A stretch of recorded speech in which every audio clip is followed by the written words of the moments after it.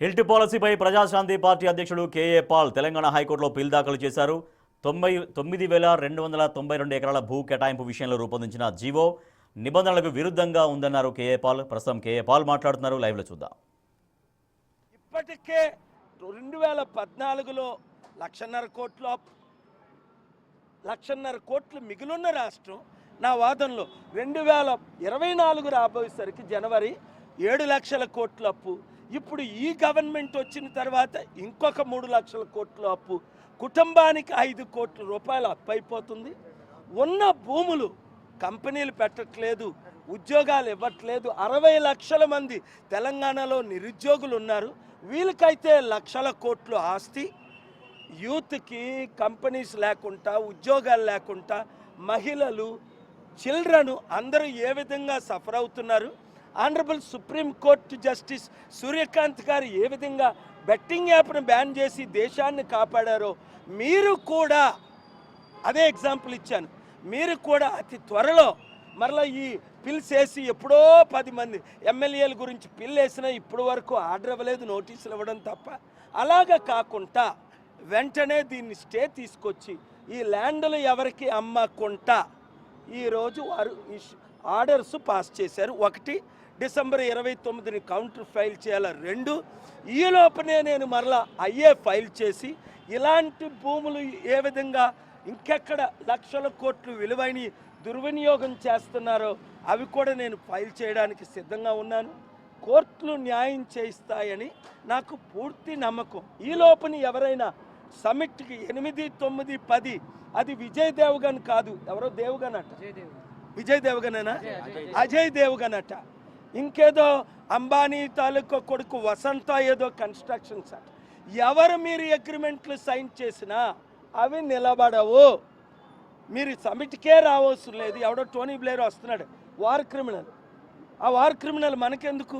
Iraq యుద్ధాలు చేసి 200 దేశాలని సర్వనాశనం చేసిన ఫార్మర్ ప్రైమ్ మినిస్టర్ టోనీ బ్లేను ఎవరో అంబాసిడర్లు వస్తున్నాడు. అంబాసిడర్లు వచ్చి ఏం చేస్తారు? మనకి అభివృద్ధి కావాలంటే ప్లాన్ ఉంది, ఆ అభివృద్ధి వరకు వెళ్తే రాష్ట్రం బాగుపడుతుంది.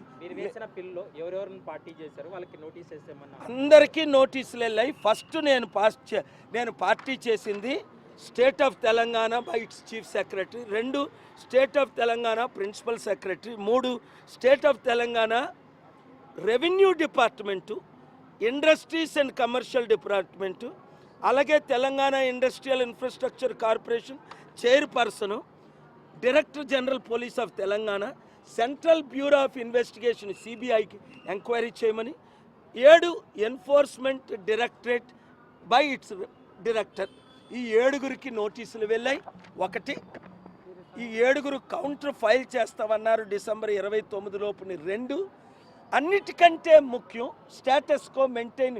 ఎలాగైతే స్టీల్ ప్లాంట్లో శేషసాయి గారు ఇచ్చారో అది కూడా నేను చెప్పాను, గాడ్ బ్లెస్ శేషసాయి.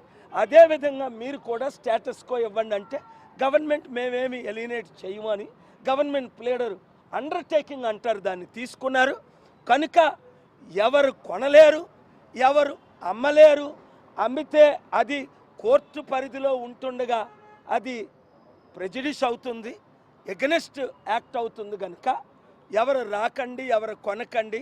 కోర్టు న్యాయం చేసిన వరకు మీరు ఈ సమిట్ని క్యాన్సిల్ చేసుకోవడం బెటరు, లేదా పోస్ట్పోన్ చేసుకోవడం బెటరు, సరైన వాళ్ళతో పెట్టుకోవడం బెటరు, లేదా 100 కోట్లు ప్రజల డబ్బులు వేస్ట్ చేసి పెట్టుకున్నాడంటే నాకేం అబ్జెక్షన్ లేదు.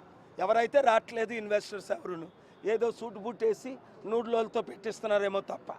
అందుకనే న్యాయం కొరకు మీ కొరకు నేను పోరాడతాను.